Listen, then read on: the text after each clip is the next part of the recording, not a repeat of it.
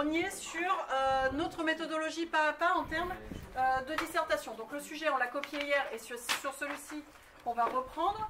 La première étape qui paraît indispensable, d'accord, ça va être d'analyser précisément la consigne pour déclencher la réflexion. Et un des meilleurs moyens pour déclencher cette réflexion, c'est d'estimer quels sont les mots-clés de la question.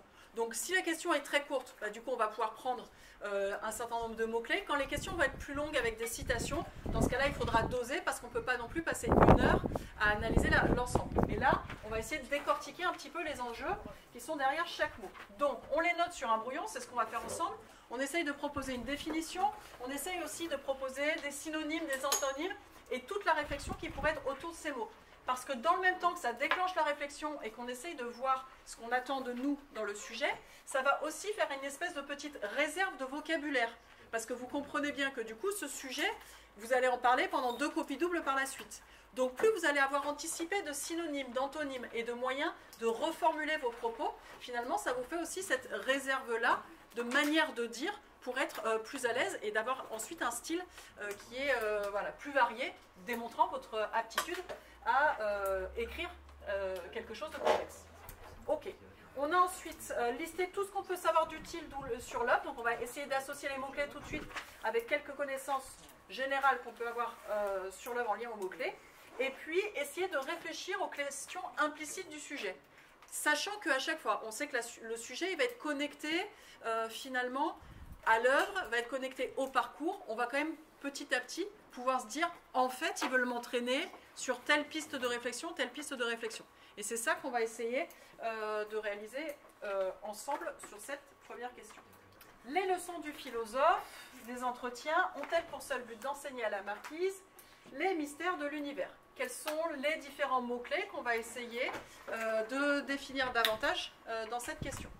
Philosophe et marquise, effectivement, on va les prendre ensemble pour rappeler qui ils sont et donc qu'est-ce qu'il y a comme enjeu là-dessus. Ok. Qu'est-ce qu'il va y avoir d'autre et après on les refait dans l'ordre. Mais dites-moi justement. Ok, l'expression mystère de l'univers, a priori, on va être obligé de recreuser ce qu'il peut y avoir là-dedans. Oui, le fait d'enseigner, que peut-être on associera aussi avec leçon parce qu'on est un petit peu connecté. Je ne vais pas creuser sur les entretiens parce que c'est le livre programme et donc de toute manière on va devoir l'utiliser derrière. Seul but, c'est-à-dire que là effectivement l'adjectif qui va être avec va nous intéresser. Alors du coup je les reprends juste dans l'ordre histoire qu'on se fasse un cours qui soit un petit peu organisé. Mais vous au brouillon on est d'accord que vous pourriez les prendre dans n'importe quel... Définissez-moi leçon. Les leçons, c'est effectivement partager des savoirs, des contenus. Ça, c'est plus pour du vocabulaire. Hein. Donc, effectivement, avec tout ce que ça va pouvoir avoir d'implication par la suite pour le philosophe qui va trouver la meilleure pédagogie possible pour qu'elle puisse comprendre, pour qu'elle puisse retenir. D'accord? C'est pour ça que j'ai mis aussi organisation pédagogique. C'est-à-dire que leçon, en général, elle a été organisée par celui qui a le savoir pour que les autres puissent appréhender et retenir. Oui. Donc, on est d'accord que ici...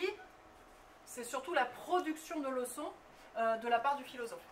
Si du coup je reste dans l'ordre, on vient de dire du philosophe et on a dit qu'on le mettrait avec de la marquise.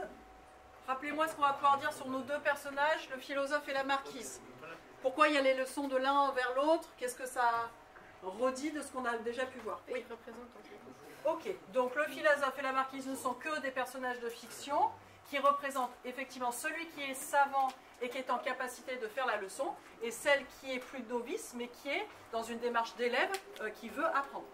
C'est la relation maître-élève qui est matérialisée entre eux, celui qui sait, celle qui apprend, le public savant, le public mondain, et donc la volonté pour le philosophe de transmettre le goût de la science à la marquise. Mais donc ça pose tout de suite cette idée de comment est-ce qu'on transmet. Donc ça revient un peu sur des éléments où on va commencer à voir sur où est la pédagogie dans le livre. D'accord? C'est-à-dire que petit à petit, vous allez voir qu'à force de définir tous ces mots, d'essayer de les creuser, ça va créer des réseaux de réflexion entre eux et donc de faciliter de voir ce qu'on attend de vous ensuite dans le plan. Je continue dans l'ordre de la question avec seul but. Un objectif, ok. Donc, après, je suis d'accord qu'il y a ce but d'enseigner, de transmettre des connaissances en astronomie, en physique, etc. Ça, on va forcément retomber dessus juste après. Mais pour avoir toujours et la réflexion et la réserve de vocabulaire, un but, ça peut être un objectif. Qu'est-ce que ça peut être? Comment est-ce que vous le diriez autrement? C'est pas mal aussi. Alors, le but, on peut l'avoir, l'objectif, mais la réussite ou la défaite, ça va peut-être ensuite dépendre. Là, effectivement, dans le livre, on voit bien que la marquise, elle s'intéresse et qu'à la fin du 5e soir, que vous êtes en train de lire « Je suis savante, je suis savante ». Vous l'avez ce passage-là? Non, moi je suis Ok, bon, à la fin du 5e soir, elle est trop contente parce qu'elle dit « Je suis savante ». D'accord? Donc, effectivement, visiblement, il atteint son but au bout de 5 soirs. Une volonté de... Ouais, chercher à convaincre, pourquoi pas. Et je vais quand même rebondir sur le seul avec unique. Est-ce qu'il y a une raison unique qui fait écrire ce livre? Parce que pour l'instant, on a parlé surtout du but, mais peut-être seul, ça laisse penser, est-ce que c'est unique ou pas? Ok, donc effectivement, peut-être que c'est l'adjectif et l'idée d'un seul but, d'un unique but qui va peut-être nous poser problème, effectivement, dans la suite. On le garde en mémoire. Je finis d'abord les mots-clés avant de rentrer dans ces raisonnements-là. Alors, du coup, comment est-ce que vous définissez enseigner? Sachant qu'on a dit que ça allait être un peu proche, peut-être, de ce qu'on a déjà mis en leçon, mais peut-être juste pour toujours avoir un peu de vocabulaire en plus. Donc, transmettre, a priori, des connaissances. Et effectivement, il cherche la compréhension de son élève, il cherche la compréhension de la marquise, et il fait toutes les adaptations qui vont être nécessaires pour lui permettre d'y arriver. Alors, apprendre à quelqu'un. Okay. Mais si tu n'as pas la préposition, du coup, ça laisse apprendre tout seul, ce serait plutôt la position de l'élève, et apprendre à la position, effectivement, du philosophe, de l'enseignant. Trouver une stratégie pour expliquer des savoirs. Finalement, là, vous commencez à sentir que c'est ce qui se passe dans tout le livre. Et puis donc, plus précisément ici, enseigner, c'est aussi vulgariser la science. Ce qui fait qu'on en arrive au dernier mot de notre question, sur, effectivement, c'est mystère de l'univers. Vous voyez, c'est des questions posées par l'organisation du monde et du cosmos, ok? Est-ce que c'est effectivement avoir recours à l'imagination pour percer les mystères? Parce que du coup, il y a des choses qui, en termes d'observation scientifique, vont rester mystérieuses, mais donc comment est-ce qu'on peut quand même peut-être percer le mystère au-delà? Faire des hypothèses, donc effectivement. Donc sur des éléments du cosmos qui sont peut-être méconnus encore à son époque. Et donc là, j'ai juste repris quelques éléments qui sont dans le livre, notamment ce système héliocentrique, ce qu'il va essayer de lever comme mystère. Si on ne rentre pas dans les détails et qu'on surrésume le livre, ce serait lever les mystères du système héliocentrique qui est quand même encore un peu neuf en plein XVIIe siècle. C'est essayer de lever les mystères sur les données chiffrées, les fonctionnements des autres planètes, et puis après avoir un recours à l'imagination pour ce qu'on n'a pas véritablement observé. C'est lever les mystères sur les étoiles fixes et le fait qu'il y a une pluralité de mondes qui gravitent autour, d'accord? Donc j'ai mis 3 petits points parce que j'ai vraiment, on va dire, résumé le livre en 3 termes, donc c'est un peu resserré, ok? C'est éventuellement aussi parler d'un certain nombre de lois physiques, sur l'optique, sur la lumière, etc. Et puis tous ces éléments qu'on ne voit pas à l'œil nu, parce qu'on a vu ça quand même, que c'était un de ces chevaux de bataille. Pourquoi il y a des mystères? Pourquoi il y a de la magie et de l'illusion? Parce que l'œil ne suffit pas. D'accord? Donc c'est pour essayer de connecter à des éléments qu'on avait vus aussi. Donc, ça prend un peu de temps au démarrage. On est bien d'accord qu'après, quand vous allez le faire au brouillon, libre à vous d'en écrire beaucoup ou pas beaucoup. Mais ça peut être un petit quart d'heure à prendre en début d'épreuve pour avoir cette réserve de vocabulaire, se poser des questions, essayer de voir si on comprend bien les mots. Et ça pourrait être un petit peu, si ça ne vient pas rapidement face à un sujet que vous découvrez un jour d'examen, peut-être que c'est là qu'il faut se dire, en fait, je ne comprends pas assez le sujet, il faut que j'aille choisir le commentaire de texte. Alors, je rajoute effectivement la remarque que tu donnais, Néal, sur, à mon avis, ce qui pose le plus question dans ce passage-là, c'est cet adjectif seul. Parce qu'effectivement, considérer que le livre n'a qu'un seul objectif, ça paraît un petit peu pauvre. D'accord? Donc, c'est se dire, dans tous ces mots-clés, quels sont ceux qui me paraissent le moins évidents? Parce que là où c'est le moins évident, c'est là que ça pose question, et donc c'est intéressant ensuite d'aller creuser et développer. Donc ça ne marche pas sur tous les sujets, mais quand même, il y a toujours cette espèce de petit... Enfin, pas toujours. souvent, il y a cette espèce de petit détail, le petit mot qui a l'air un peu incongru au milieu, ou celui qui réduit le champ, qui élargit trop le champ, et qui en fait pose question. S'il y a question, il y a dissertation. La dernière étape qui restait là sur le diaporama, sur cette première diapo, vraiment d'essayer de repérer les essentiels du sujet, c'est aussi de se dire, est-ce que tout de suite je peux me créer des questions qui développent la première question, qui la reformulent, qui mettent l'accent sur ce qui pose problème dans certains mots-clés. Est-ce que vous pourriez me dire quelles sont les questions qui découlent de cette première? Donc par exemple, effectivement, quels sont les objectifs du philosophe, mais bon, peut-être quand même de l'auteur, hein, de Fontenelle. Et on est d'accord qu'en mettant le pluriel, tu es en train de discuter cette idée de seul but. Ok, qu'est-ce qu'il pourrait y avoir d'autre comme questions qui vous viennent? C'est-à-dire que ce n'est pas forcément des choses qu'on gardera, mais qui vont peut-être ouvrir des réflexions pour ensuite finalement bâtir un plan. Oui, c'est ça, ces leçons du philosophe sont-elles efficaces auprès de la marquise? Comment voit-on en effet qu'un des buts de l'œuvre, mais donc je reprends le pluriel qu'on avait là, hein, un des buts c'est d'enseigner les mystères de l'univers. Donc à quoi est-ce qu'on voit que c'est bien ça qu'il a envie de faire? Mais est-ce que c'est vraiment le seul but? Et si ce n'est pas le seul but, quels seraient les autres buts de cette œuvre? Et donc à chaque fois, je reprends ces mots-clés qu'on a utilisés avant pour voir les autres questions que ça suscite. Alors le danger, c'est de partir dans des questions qui seraient trop éloignées. Il faut quand même rester sur des questions qui sont en relation avec la première. Donc toujours trouver un espèce de lien logique. On est d'accord que ça n'apparaît pas dans la copie. Donc c'est juste un outil que vous avez pour essayer de réfléchir plus large et essayer ensuite de produire un plan, parce que ça va être l'étape numéro 2. Donc une fois qu'on a ouvert la réflexion, qu'on a un peu brassé, forcément il va falloir étape par étape bâtir un plan. D'accord? Et essayer de s'interroger tout de suite dès la question sur le type de plan qui a l'air le plus adapté vu la question. Étape 2, fixer le plan. Donc, en fonction de toutes ces questions, de toute cette réflexion, choisir tout de suite un plan avec des titres de grandes parties. Et hier, on a dit que des grandes parties, il en fallait 2, 3 ou 4, mais qu'en temps limité, bon, c'était souvent 2, ok, parfois 3, souvent 2. Là, on va essayer d'en chercher 2. Titres de parties qui répondent explicitement à la question posée. Et donc, comme on le fait pour les mouvements, pour l'oral, on n'est pas sur des titres à mystère, parce que ces titres, ils sont destinés à devenir des phrases et des débuts de parties rédigés qu'on va au contraire expliquer. Donc, plus vous allez avoir un titre qui déjà reprend les mots de la question et va être développé, plus vous préparez la suite de ce qui vous attend.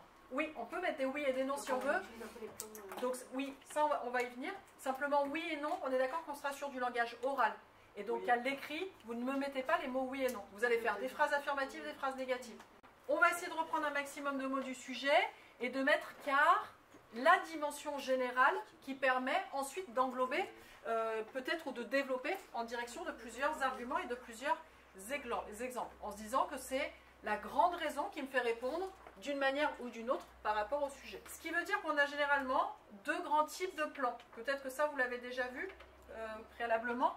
L'idée qu'on a un plan dialectique ou un plan thématique. D'accord? Le plan dialectique, c'est celui qui, dans la racine même du mot, est une idée de discussion. C'est-à-dire voir ce qui fait que dans un sujet, il y a des éléments pour affirmer des éléments, et voir ce qui fait que, malgré ce qui peut être vrai, on peut dépasser cette seule idée. Donc souvent, l'espèce de plan en oui-mais, qui sera un tout petit peu supérieur au oui-non. Parce que oui-non, ça laisse penser que vous vous contredisez vous-même. Alors que oui, dans une certaine mesure, mais on ne peut pas se limiter à ça et il y a une autre mesure à prendre, ça laisse davantage penser que vous êtes en capacité de débattre et de capter des nuances. D'accord? Donc essayez de préférer oui mais à oui non. Ok? Et puis le plan thématique, ça va être sur certains sujets où on vous demande plutôt d'envisager plein de pistes différentes de répondre à une question. Donc plutôt passer en revue des idées qui vont être complémentaires les unes aux autres. L'œuvre, elle permet de dire un premier élément sur ça, un deuxième élément sur ça, un troisième élément sur ça.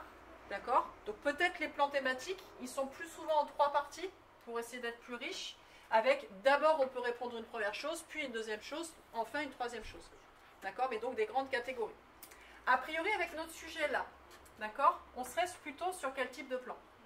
Ok, exactement. C'est-à-dire que ce sujet qu'on a là, effectivement, on voit bien qu'avec cette idée d'un seul but, ça limite toute perspective de nuance. Or, on sait que notre œuvre, elle est plus riche qu'un seul objectif. Donc, il y a forcément cette idée que se cache derrière un plan dialectique.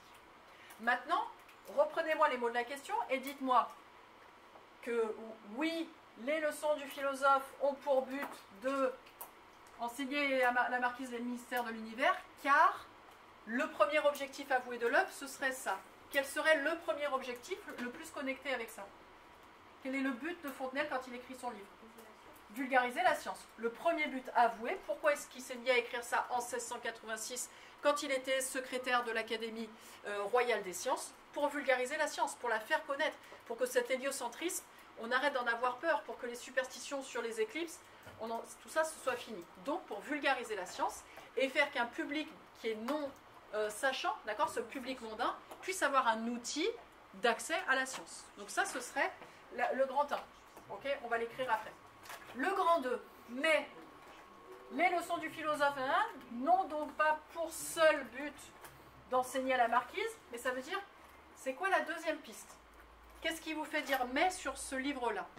Ok, donc effectivement, peut-être que le badinage, c'est pour mieux transmettre sa vulgarisation de la science, mais peut-être aussi que c'est juste pour se faire plaisir à écrire un ouvrage dans l'air de son temps, comme d'autres auteurs qu'il a cités dans le livre lui-même, avec cette idée d'un plaisir de s'amuser avec la littérature et la fiction. Et puis de montrer comment littérature et science, c'est pas opposé, mais ça peut se connecter. On peut faire de la galanterie et faire de la science en même temps. Mais donc il y a vraiment cette idée de jouer avec les codes du littéraire peut-être davantage.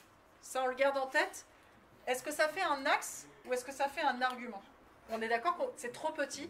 On n'arrivera pas derrière à développer au moins 2 arguments là-dessus, donc on est au niveau de l'argument. Ça, quand vous réfléchissez, il faut vous les noter au brouillon, ces idées. C'est-à-dire que là, c'est celle qui vous vient en tête. Je la note, et puis après, on l'observe en se disant, ok, je sais que c'est une trop petite idée pour faire un axe. Qu'est-ce que vous allez me connecter à ça pour remonter à l'axe? Donc, effectivement, le caractère plaisant, mais est-ce que le caractère plaisant, c'est un des moyens pour enseigner? Est-ce que c'est un but en soi d'avoir que le caractère plaisant? Ou est-ce que c'est un outil pour mieux enseigner? Un outil, je pense. Alors peut-être qu'effectivement ce serait dans ce cas-là un des moyens de se dire ont-elles pour seul but d'enseigner? Et donc peut-être que dans notre grand 1, à un moment il faudra dire il a des stratégies pour enseigner bien, faire qu'elle comprenne, d'accord? Tout ce qu'on s'est mis dans les mots-clés. C'est-à-dire qu'à un moment, quand on dit qu'il faut trouver un moyen de transmettre, de donner des connaissances, d'apprendre à quelqu'un, peut-être que le côté plaisant, on va le transmettre là. Ok, alors je reviens à mon grand 2. D'accord? Qu'est-ce qu'il y a d'autre? Quels sont les autres buts? Et là aussi, quand on est un peu bloqué, on essaye de passer en revue tout ce qu'on pourrait avoir étudié sur le livre, les textes bac que vous connaissez bien, puisque vous les apprenez super bien, en priorité pour mardi, mais à terme pour le bac. D'accord? Donc, a priori, si vous passez en revue là-dedans, dans tous ces textes qu'on a pu voir, dans la question transversale d'hier, qu'est-ce qui sort d'un seul but pour vulgariser la science? Qu'est-ce qu'il y a d'autre comme but? Pourquoi est-ce qu'il écrit ce livre si ce n'est pas que pour la science? Si on prend le texte bac numéro 1, le but c'est de faire comprendre les mécanismes de physique qui font tourner l'univers. Mais qu'est-ce qu'il y aurait d'autre comme but dans le texte bac 1? Ok, donc il y a aussi cette critique des anciens qui se trompaient alors qu'ils pensaient avoir raison. Donc essayer peut-être d'apporter une leçon d'humilité, peut-être rentrer dans la querelle des anciens et des modernes pour dire il faut considérer les modernes et peut-être un peu oublier les anciens. Ok, qu'est-ce qu'il y a d'autre encore dans ce texte bac sur d'autres objectifs que seulement la vulgarisation de la science? Et il veut apporter une ouverture d'esprit sur quel élément qui nourrit quand même ce premier texte bac. Quel est le problème pour l'homme? Les limites de la vue. C'est-à-dire qu'il y a un moment, il y a aussi une réflexion sur la science, elle existe, mais peut-être qu'on ne peut pas directement la voir parce qu'on est trop limité par nos sens. Donc là, finalement, on voit que ça connecte vers une autre idée. Gardons ça en tête. On passe en revue le deuxième texte. Qu'est-ce qu'il y a dans le deuxième texte, à part une réflexion sur vulgariser la science. Déjà qu'on ne connaît pas bien la Terre, qu'on ne connaît pas bien l'être humain. D'accord? Quoi d'autre? Une humilité face aux limites de la science. D'accord? Cette idée que comme on ne connaît pas bien la Terre, les Australiens, etc., on ne connaît pas bien les êtres humains, peut-être qu'il faut arrêter de vouloir savoir, et qu'il faut aussi se concentrer sur des choses proches, parce que finalement, les mystères de l'univers, il y a peut-être plein d'autres mystères à explorer de manière beaucoup plus concrète et proche. Ok. Ok, donc là, on va tenir un deuxième argument. C'est-à-dire que le livre, au-delà de la science, qu'est-ce qu'il questionne? Alors, les limites humaines, et puis donc finalement, la place de l'homme dans l'univers. Et c'est-à-dire que ce n'est pas seulement les mystères de l'univers qui le passionnent, c'est l'être humain et la place de cet homme dans l'univers. Et pas tant pour parler des planètes et de la gravitation, mais de se dire, l'homme est une machine complexe qui m'intéresse, qui a besoin d'être exploré encore à peu près autant que ces mystères-là. Il est tout aussi mystérieux. Donc ça nous fera une deuxième piste. Du coup, quand on commence à dire, il y a un des buts, c'est explorer les mystères de l'être humain lui-même. Il n'y a pas besoin d'aller si loin. Le but, c'est de trouver d'autres matières qui vont permettre de réfléchir plus large que la science elle-même, en passant par la littérature. Comment est-ce que vous formulez le deuxième axe? D'autres réflexions au pluriel, pour se permettre d'élargir. On est d'accord que là, on le fait parce que je suis là et que je vous relance, etc. À un moment, vous avez compris que vous allez devoir faire ça tout seul et en fait vous auto-relancer. C'est-à-dire comment vous allez créer le questionnement avec vous-même sur qu'est-ce que je pourrais penser d'autre, qu'est-ce que je peux passer en revue, qu'est-ce que je peux tirer de tel exemple. Et en fait c'est ça, tout ce qu'on fait là à l'oral, c'est ce qui va petit à petit falloir se faire sur un brouillon, s'autoriser toutes les pistes et puis après juger de qu'est-ce que je garde, qu'est-ce que je rejette. Parce que quand on disserte, on a aussi des mauvaises idées qu'on ne pourra pas garder finalement. Et c'est ça le jeu de la dissertation. Élargir la pensée, resserrer, garder, structurer.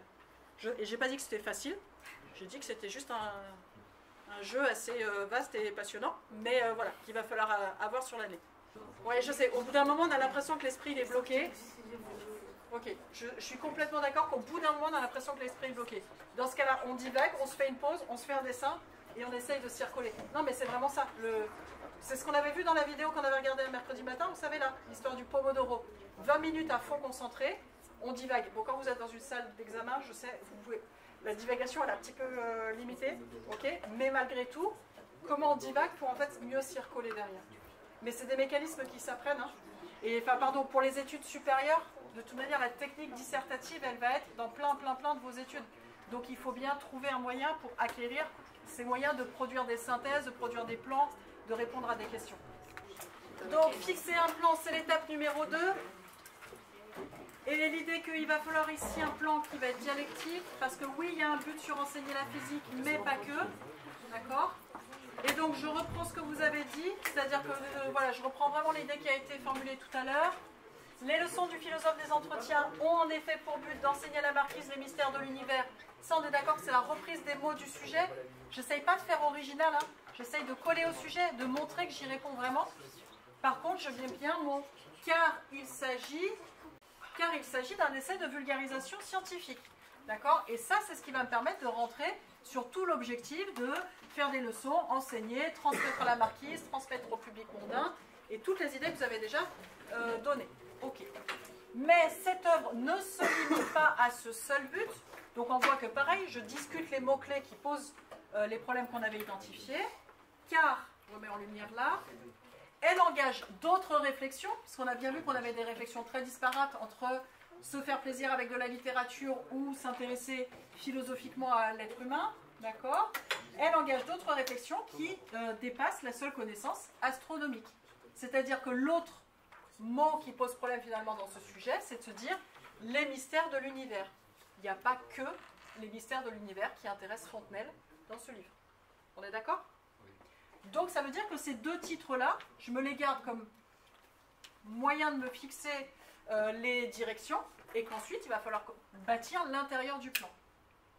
Quand vraiment on est trop bloqué parce que ça ne vient pas, on fait ce qu'on a fait là, c'est-à-dire des listes d'arguments, des listes d'exemples et on essaye de remonter. Certaines fois ça va vous venir très facilement, d'autres fois ce sera plus dur. Et donc toutes les idées qui passent en tête en cherchant, on se les note. Et donc, quand on travaille les cercles de lecture, on est d'accord qu'on est sur une hiérarchie entre argument et exemple. Mais en dissertation, l'étape qu'il y a en plus, c'est la partie, les arguments et les exemples. Ça veut dire que ça rajoute une étape hiérarchique par rapport au cercle. Donc globalement, je caricature un peu, mais les cercles de lecture, ce serait une seule partie de dissertation. L'étape 3, donc, je viens de le dire, rentrer dans la hiérarchie de ces grandes parties en précisant les arguments et les exemples. Ok ? Donc, pour chaque partie, les idées qui vont préciser l'idée générale, c'est-à-dire trouver des arguments. À nouveau, on n'est pas sur des arguments mystères, hein, on est sur essayer, même au brouillon, de se formuler des choses suffisamment clairement, quitte à les connecter avec les mots-clés du sujet. Enfin, en tous les cas, essayer d'être bien clair.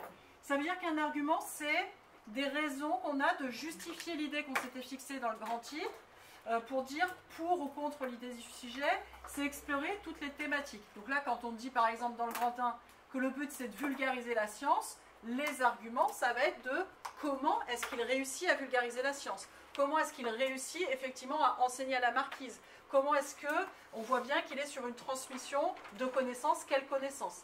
Et c'est là que ça redéclenche une petite vague de questions pour aller chercher ce qui serait de l'ordre de l'argument.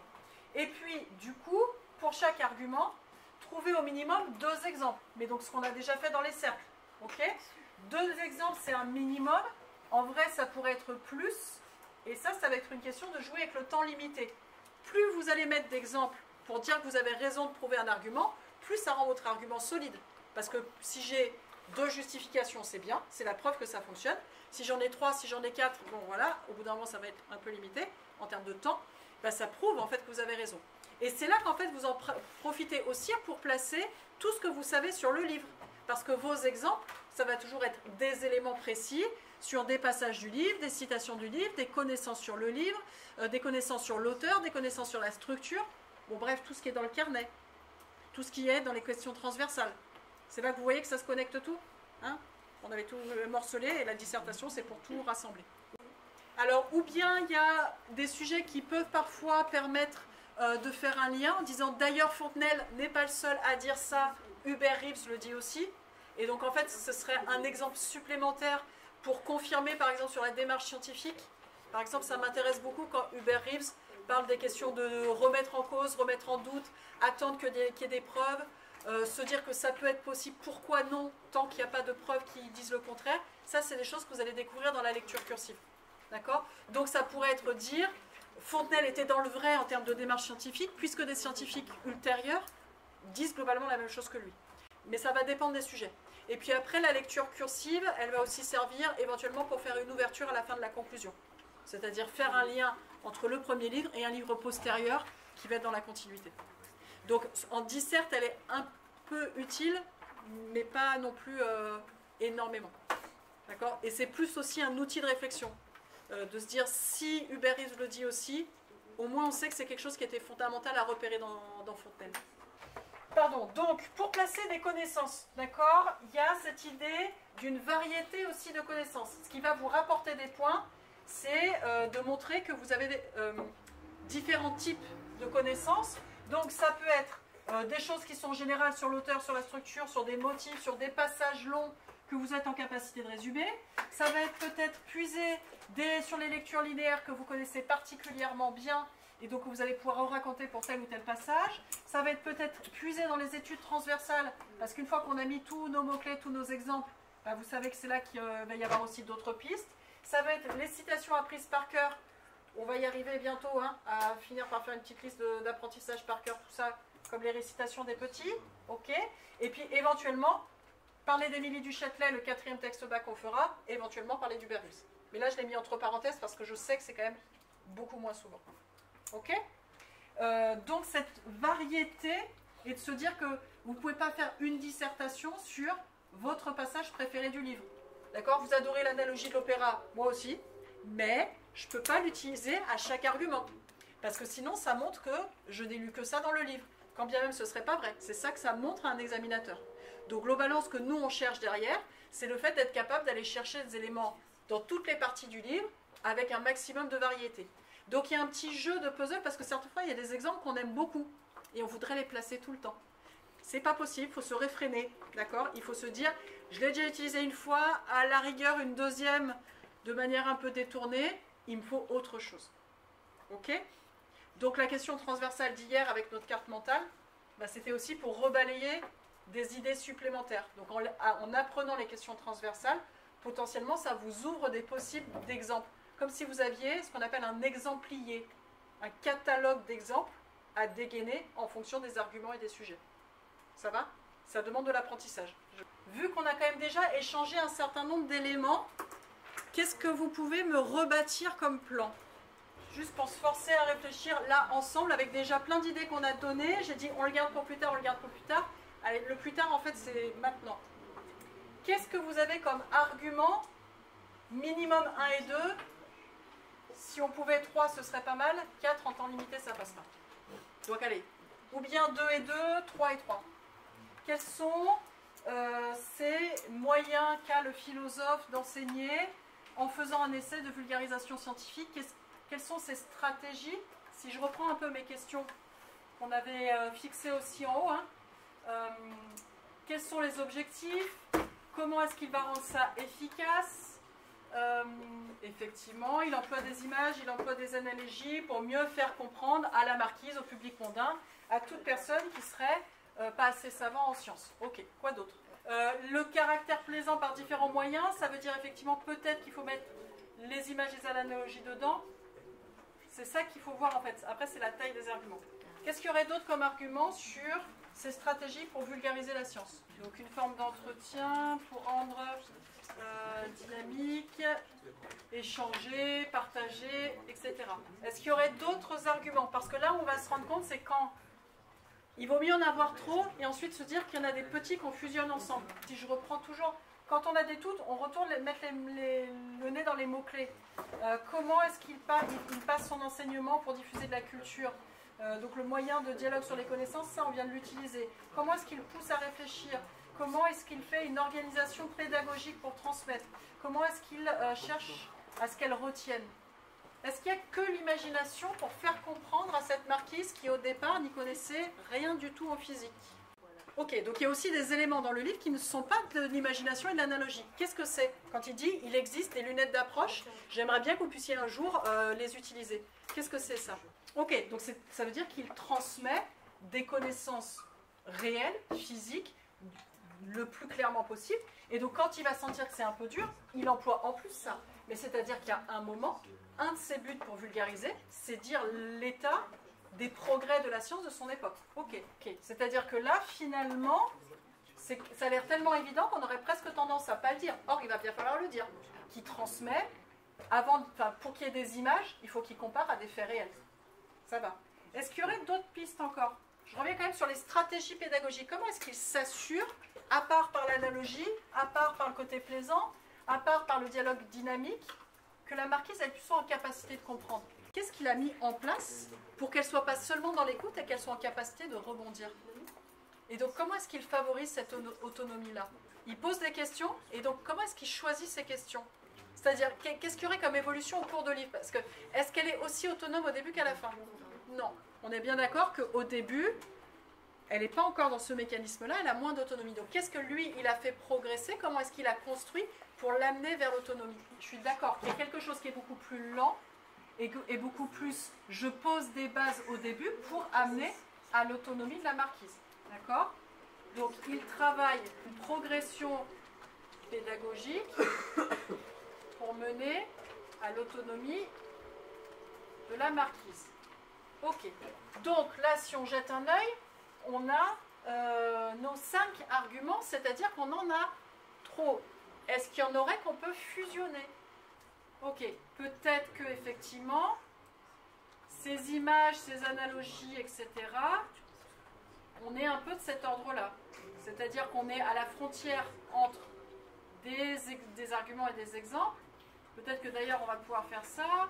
Ça veut dire que là, effectivement, déjà, on aurait un peu fusionné. Qu'est-ce qu'on pourrait éventuellement fusionner encore pour resserrer à 3 arguments? Donc effectivement, peut-être que c'est là qu'on se rend compte que cette forme de l'entretien, c'est un moyen de créer un dialogue pédagogique qui va faire progresser, parce que petit à petit, il change sa manière de poser des questions. Et puis on a dit, du coup, faire évoluer la difficulté des questions au fil des soirs. Ok? Et donc dans ce cas-là, on aurait effectivement un argument 1, un argument 2, un argument 3. Alors pardon, je les ai nommés comme on les a pris. Est-ce qu'il faut les laisser dans cet ordre-là? Est-ce qu'ils sont dans le bon ordre, celui qui est le plus logique pour vous, pour ensuite expliquer? Ben oui, évidemment, il vulgarise la science parce que 1, parce que 2, parce que 3. Ou est-ce qu'il faudrait changer l'ordre? Donc là, il faut que ça vous raconte une histoire, l'enchaînement des arguments. Et donc j'entends l'histoire qui est là à juste titre, c'est-à-dire le moyen le plus évident de l'œuvre qui a été surtravaillé par Fontenelle, c'est tout de suite commencer par tout ce qui est extrêmement plaisant et agréable. Il le dit d'ailleurs dès la préface qu'il va faire de la philosophie sans faire de la philosophie. Donc, présenter tout ce qu'il y aurait de plus évident dans les caractères plaisants qu'il y a placés. Et puis de se dire que ce caractère plaisant, effectivement, c'était aussi pour capter une marquise qu'il va falloir emmener progressivement vers une forme d'autonomie, en essayant de l'accompagner, d'avoir un entretien de plus en plus construit, de plus en plus où elle va réfléchir par elle-même plutôt que de lui poser des savoirs.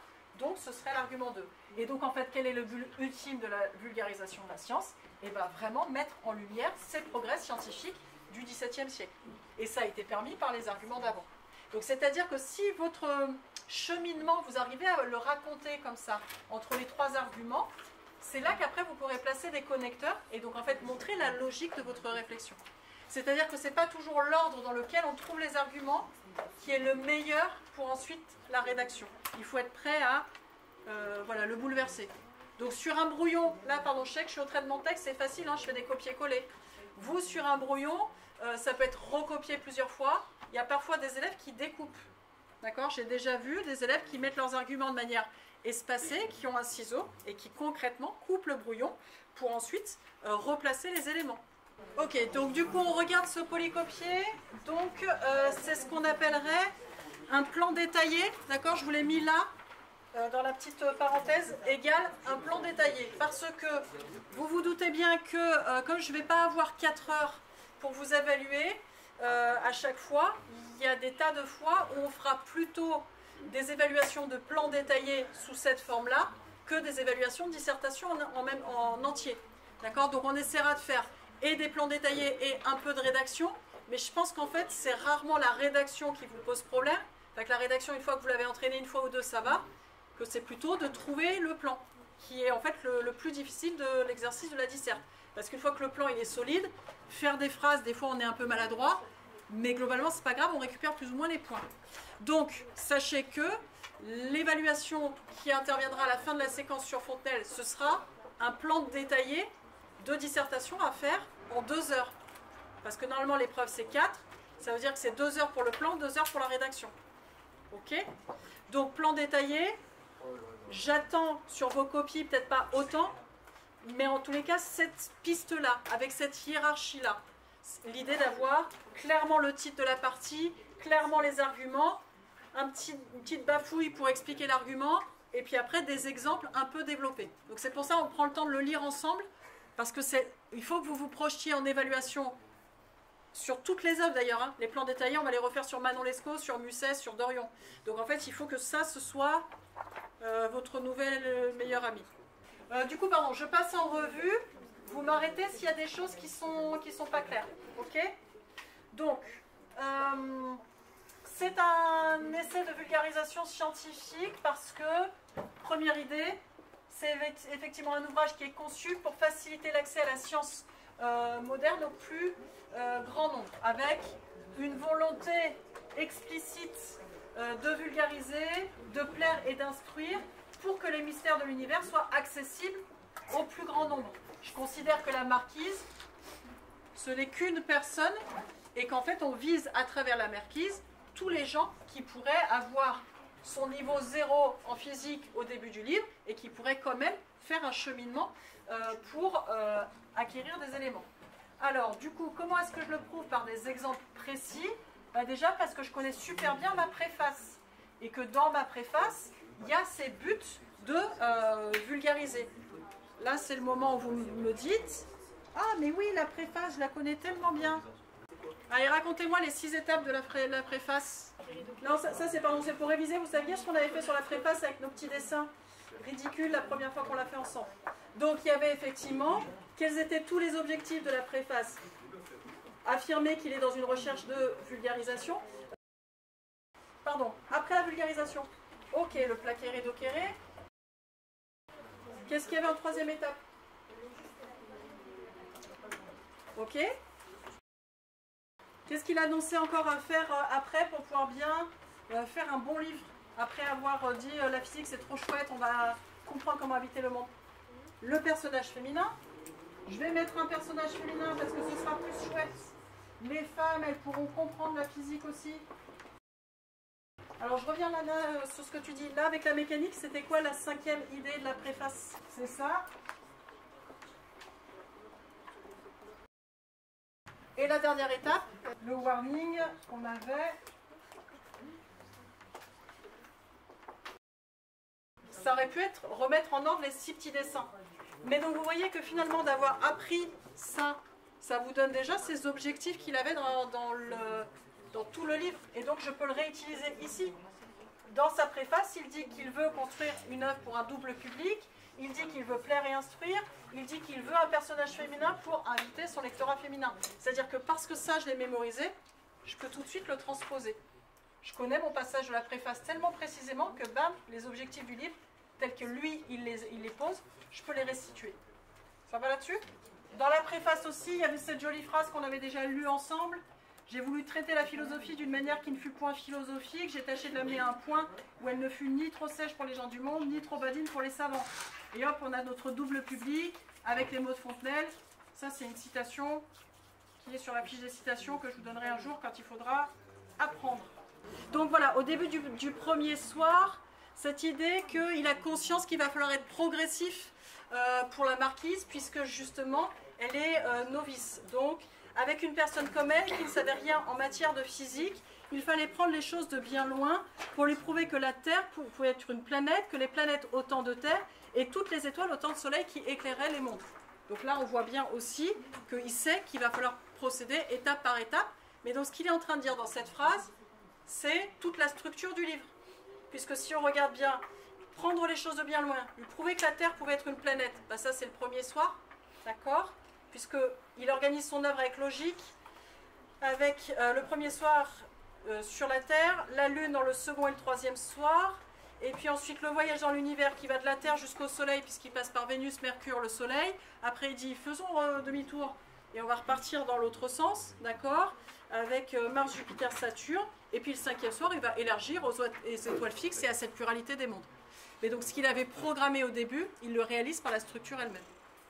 Donc, en termes d'exemple, ça veut dire que j'ai raconté un passage comme la préface, j'ai des citations, et j'ai raconté tout ce que je savais sur la structure du livre. Donc j'ai 3 types d'exemples différents. Est-ce que ça va pour tout le monde? Ok. Le deuxième argument. Un ouvrage conçu pour faire connaître les avancées en matière de physique et d'astronomie. Donc là, quand on l'a fait ensemble, vous me l'avez mis en argument 3, et ça se tenait complètement. Là, j'ai choisi de le mettre au cœur de la partie, mais c'est... enfin voilà. L'ordre, du moment qu'après vous arrivez à le rédiger, c'est ça qui compte, hein, et que vous arrivez à prouver la logique. Donc un ouvrage qui est conçu pour faire connaître les avancées en matière de physique et d'astronomie. Donc l'œuvre cherche à diffuser l'héliocentrisme en général et d'autres découvertes basées sur des observations scientifiques de son temps. Donc toute la chronologie du premier soir qui a l'honnêteté intellectuelle de dire autrefois on croyait au géocentrisme, de citer Ptolémée, de citer toutes ces étapes, et puis de dire mais on a pu corriger, mais on a pu corriger. C'est-à-dire qu'il est aussi en train de montrer qu'il y a cette capacité en fait de progresser dans la science. D'accord ? Le début du cinquième soir, c'est notre texte bac pour cette histoire des étoiles fixes avec la pluralité des mondes. Ok ? L'ajout du sixième soir, que vous êtes presque en train de lire. Ok ? Ce sixième soir, sa particularité, on n'en a pas encore parlé parce qu'on en parlera mercredi prochain, c'est que finalement, il l'a ajouté 1 an après. Il a fait une première publication en 86, 1686, hein, où il publie les 5 soirs, et à la fin du 5e soir, il a mis 2 petites lignes dans l'édition qui a suivi. J'en profite, comme ça vous saurez quoi noter dans le carnet de lecture. Là, il y a un petit italique tout mignon. Puisque j'ai rendu compte de ces entretiens au public, je ne crois plus rien lui devoir cacher sur cette matière. Je publierai un nouvel entretien qui viendra longtemps après les autres, mais qui sera précisément de la même espèce. Il portera le nom de soir, puisque les autres l'ont porté, il vaut mieux que tout soit sur le même titre. Mais donc en fait, le 6e soir, on sait qu'il l'a publié un an après. Parce que comme il traînait dans cette Académie royale des sciences, en fait, il était au contact de tout un tas de savants, de tout un tas de nouvelles observations, donc les variations sur la surface de Jupiter, de Mars et tout ce qu'il raconte là. Et il s'est dit, c'est tellement intéressant, il faut que je le publie. Et comme son livre avait du succès sur les 5 premiers soirs, il s'est dit, je vais continuer à vulgariser les avancées scientifiques. Potentiellement, il aurait pu rajouter un 7e soir, un 8e soir, etc. Il ne l'a pas fait. Je crois qu'à un moment, il s'est dit que bon, il fallait trouver d'autres outils que de rajouter des soirs. Mais ça veut dire qu'un an après, parce qu'il y a des nouvelles avancées, il rajoute cette dimension-là. Donc on voit bien que ça en fait, à nouveau par ce point de structure, une volonté de montrer la science en train d'avancer. Est-ce que ça va là-dessus? Et puis voilà, le fait de choisir d'être un moderne plutôt qu'un ancien. Argument 3.